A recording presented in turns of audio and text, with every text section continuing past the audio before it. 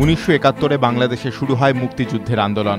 সেই সময় থেকেই জামাত ও রাজাকারেরা পাকিস্তান সেনার সঙ্গে মিলে যে ভয়ঙ্কর গণহত্যা চালিয়েছিল তার বিরুদ্ধে 40 বছরেরও বেশি সময় পরে পথে নেমেছে বাংলাদেশের তরুণ প্রজন্ম। যে সমস্ত রাজাকার ও জামাত নেতা সেই গণহত্যায় নেতৃত্ব দিয়েছিলেন তাদের ফাঁসির দাবিতে গত 5ই ফেব্রুয়ারি থেকে উত্তাল বাংলাদেশ। আন্দোলনের প্রায় এক মাসের মাথায় বাংলাদেশ সরকার এবার জামাতের বিরুদ্ধে কড়া ব্যবস্থা নেওয়ার স্পষ্ট ইঙ্গিত দিল। মঙ্গলবার বিএনপির ডাকা ধর্মঘটের দিন ঢাকায় এক সাংবাদিক বৈঠকে আওয়ামী লীগ মন্ত্রিসভার 2 নম্বর সদস্য এবং দেশের বিদেশমন্ত্রী দীপু মনি বলেন, জামাত শিবির দেশ জুড়ে জঙ্গি কার্যকলাপ চালাচ্ছে, তাদের বিরুদ্ধে কড়া ব্যবস্থা নেওয়ার বিষয়টি গুরুত্ব দিয়ে বিবেচনা করছে সরকার। জামাতের সঙ্গে এই মুহূর্তে দেশের প্রধান বিরোধী দল বিএনপির জোট। এবছরের শেষে বাংলাদেশের সাধারণ নির্বাচন হবার কথা।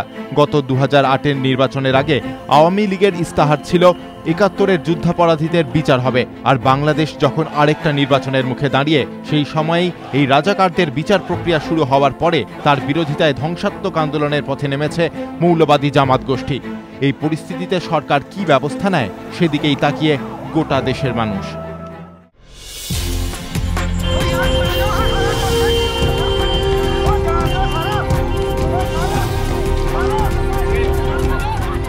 পুলিশের বিরুদ্ধে এক মহিলাকে মারধরের অভিযোগ, ছবি প্রকাশ্যে আসতেই বিতর্কের ঝড় পাঞ্জাবে।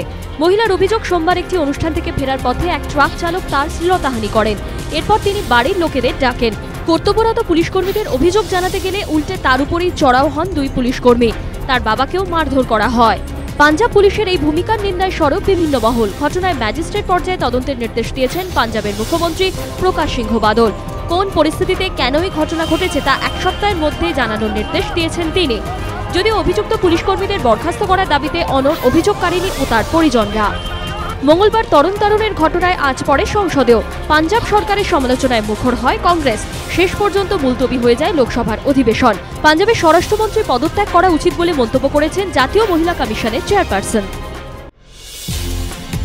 বাম আমলে তৈরি উড়ালপুলে উঠতে গেলেই বুক দুরুদুরু। উল্টোডাঙার উড়ালপুল কাণ্ড এমনই কাঁপুনি ধরিয়ে দিয়েছে বহু শহরবাসীর মনে। সেখানে ব্রিটিশ জমানায় তৈরি সেতুর চেহারাটা এখন কেমন? হাওড়া ব্রিজ 1943 সালে তৈরি এই ব্রিজই মূলত কলকাতা ও হাওড়ার মধ্যে যোগাযোগ রক্ষাকারী সেতু, কিন্তু তার হাল দেখে রীতিমতো ক্ষুব্ধ শঙ্কিত নিত্যযাত্রীরা। 20 নম্বর পিলারের পাশে হাওড়া ব্রিজের ফুটপাতের এই ফাটল কার্যত মরণ ফাঁদ। নর্থ পোর্ট থানার অভিযোগ, বছর দেড়েক আগে ফাটল মেরামতি করতে বলা হয় ব্রিজের রক্ষণাবেক্ষণের দায়িত্বে থাকা কলকাতা পোর্ট ট্রাস্টকে, কিন্তু এতদিনেও এগোয়নি কাজ। অগত্যা একটি স্ল্যাব দিয়ে জোড়াতালি দিয়ে চাপা দেওয়া হয় ফাটলটি। শুধু তাই নয়, ব্রিজের বিভিন্ন অংশের চাঙড় উঠে গিয়েছে, তার ওপর দিয়েই নিত্যদিন যাতায়াত করছে হাজার হাজার গাড়ি। অন্যদিকে পোর্ট ট্রাস্টের মুখ্য জনসংযোগ আধিকারিক সঞ্জয় মুখোপাধ্যায়ের দাবি, এ বিষয়ে তারা কিছু জানেন না, বিষয়টি খতিয়ে দেখা হচ্ছে। পঞ্চায়েত ভোট নিয়ে সরকার ও রাজ্য নির্বাচন কমিশন চাপানুতোর তুঙ্গে। 2 দফায় পঞ্চায়েত ভোটের দাবি জানিয়ে ফের রাজ্য নির্বাচন কমিশনকে চিঠি পাঠালো সরকার। এ বিষয়ে সোমবার স্বরাষ্ট্র সচিব বাসুদেব বন্দ্যোপাধ্যায় রাজ্য নির্বাচন কমিশনার মীরা পাণ্ডেকে চিঠি দিয়ে দাবি করেন, রাজ্যে 2 দফায় পঞ্চায়েত ভোট হোক 24 ও 27 এপ্রিল। 2 সপ্তাহ আগেই 2 দফায় পঞ্চায়েত ভোটের দাবি জানিয়ে রাজ্য নির্বাচন কমিশনকে চিঠি পাঠায় সরকার। তখন 20 এপ্রিল ও 26 এপ্রিল রাজ্যে পঞ্চায়েত ভোটের দাবি তোলা হয়। এবার ফের কমিশনকে চিঠি পাঠালো রাজ্য সরকার। তবে তাৎপর্যপূর্ণভাবে রাজ্য পুলিশ না কেন্দ্রীয় বাহিনী দিয়ে ভোট করানো হবে সে বিষয়ে চিঠিতে কিছুই উল্লেখ করা হয়নি। এর আগে কমিশনের সুরে সুর মিলিয়েই রাজ্যে 3 দফায় পঞ্চায়েত ভোটের দাবি তোলে বিরোধীরা।